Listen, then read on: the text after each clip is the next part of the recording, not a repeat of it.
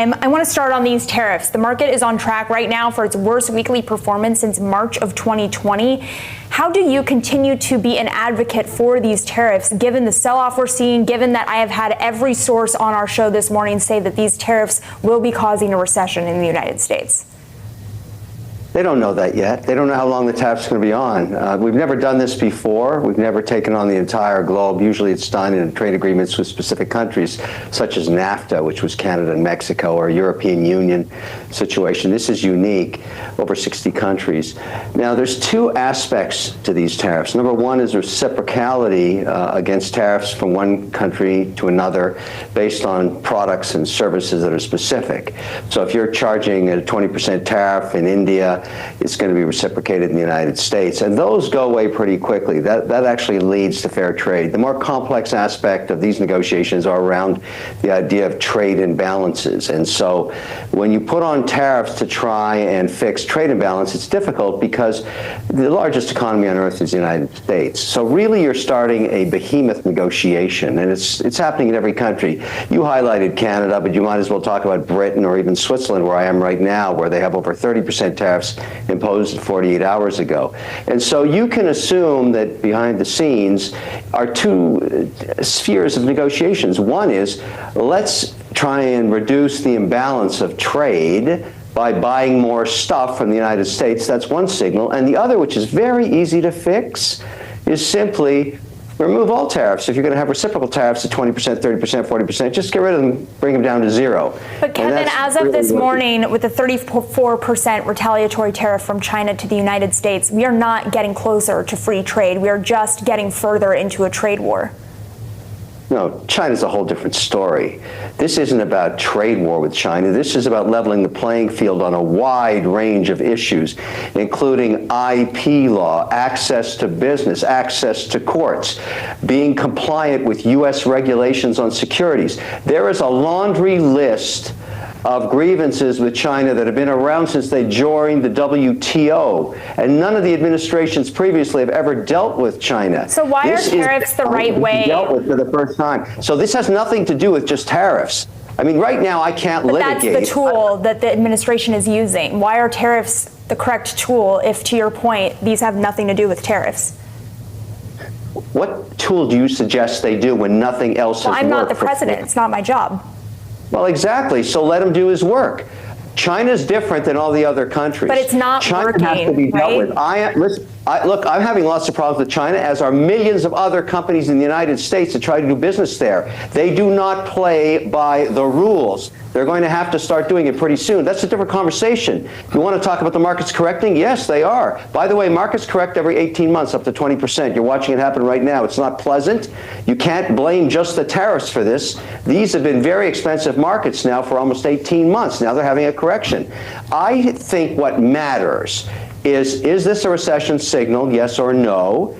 And how long will these tariffs be on? I would say 50% of these tariffs across these 60 countries will be negotiated pretty quickly, including the Canadian situation you made details on. Canada's different because they're in the middle of an election. Carney's not an elected official. He has no mandate from the Canadian people.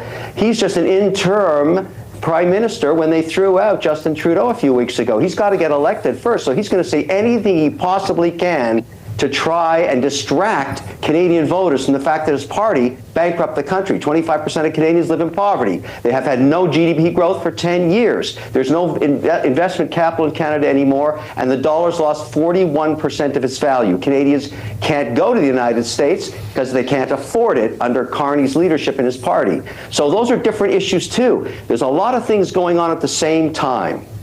A lot of things that economists tell me are not fixable via tariffs, but I am curious from your perspective then, why do you think that we are moving towards a negotiation where these tariffs are not going to be as bad as they seem right now, at least for financial markets? What is it that gives you confidence that there is going to be a negotiation reached?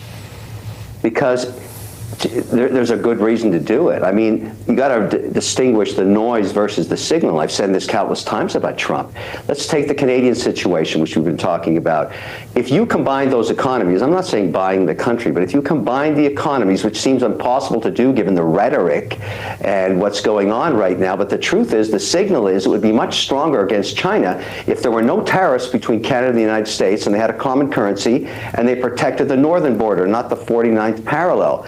Now, the Canadians know that's worth it because 75% of their output has been sold to the United States for over 120 years. 17 states call Canada the #1 trading partner. 28 states, in addition to those 17, #2 trading partners Canada. So it'd be economic suicide not to work this out. The obvious answer is to remove all tariffs, and that will happen, my guess is, right after the election when the Canadians make their choice about who they want to lead them. That person will fly to Washington immediately and start negotiations, which I would call NAFTA 3. But right now, that's not happening because Carney's trying to use this whole Trump issue as fulcrum to try and distract Canadians away from the facts that he wiped out the country. Maybe he'll get elected, maybe he won't. Nobody knows right now. But nothing's going to happen on the Canadian situation until the election's over in just over 5 weeks. So let's talk about the Canadian citizen reaction, because we've already seen evidence of Canadian citizens boycotting American products. We've heard from CEOs that they are concerned about that,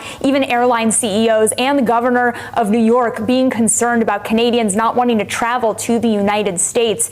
Are you getting that pushback from your fellow citizens in Canada? No. You can understand if you've got the froth and rhetoric around an election cycle why you would get some of that. And some Canadians are unhappy, there's no question about it, but Canadians are not stupid. They understand the economic advantage of working and selling to the United States and having no tariff whatsoever. The behemoth economy is a golden jewel of an idea, and everybody gets that joke. Americans do not hate Canadians. Canadians do not hate Americans. Politicians have lots of rhetoric when they're trying to get elected. That's what they're doing here. All of this will pass too. What drives everybody long term are economic interests, and that's what really you should focus on here. This will pass. Things will calm down.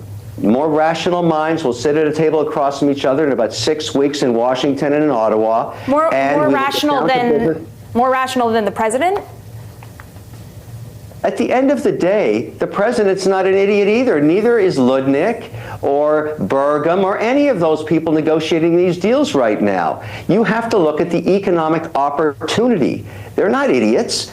They're negotiating. This is a giant, nasty negotiation with a little bit of politics and a little dash-will-do of politics because of the crazy timing of the Canadian election.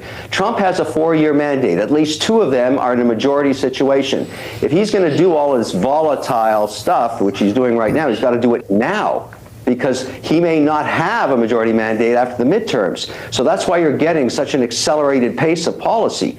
These tariffs, as I said earlier, 50% of them can be easily melted away to a reciprocal of 0 tariffs. And then this trade deficit is a trickier situation country by country. The only reason there's a deficit in Canada is the fact that so much oil is imported from Alberta into the U.S. economy. If you took away oil, Canadians buy more goods and services from the United States than vice versa. There is no trade deficit ex oil. So that is obvious too. The numbers are the numbers.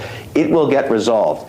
And I think calmer minds will prevail after the election is over in Canada. Kevin, I want to end on TikTok. Both President Trump and Vice President J.D. Vance saying a deal to sell the app will be reached before this weekend's deadline. And then on Air Force One, President Trump said tariffs on China could be part of that negotiation. Take a listen. We have a situation with TikTok where China will probably say, we'll approve a deal, but will you do something on the tariff? The tariffs give us great power to negotiate.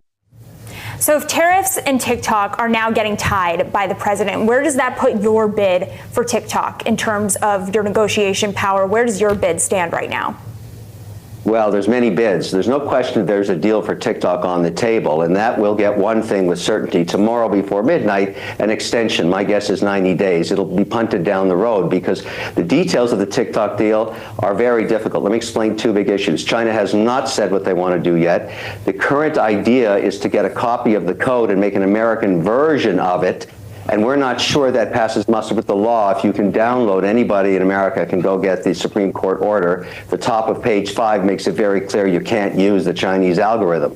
So what we're going to have to do, if that's the plan, is get an indemnification from Congress or change the law to make it legal to use that. And that would require 51 votes in changing it, and maybe they could slip it into the Reconciliation Act. All of these are unknowns. But right now the penalty would be about $820 billion. That's 5,000 per user account per 24 hours times 172 million. And no capital stack of any of the syndicates formed can take that risk. So we need clarity on what's allowed and what isn't based on the law that was passed by Congress and the Supreme Court order. Remember, it was 9-0. There was no ambiguity in it. And so somebody has to figure that out and either give financiers, both the debt and equity structures, some kind of indemnification against that penalty coming back. Because remember, that law will last long past Trump's administration.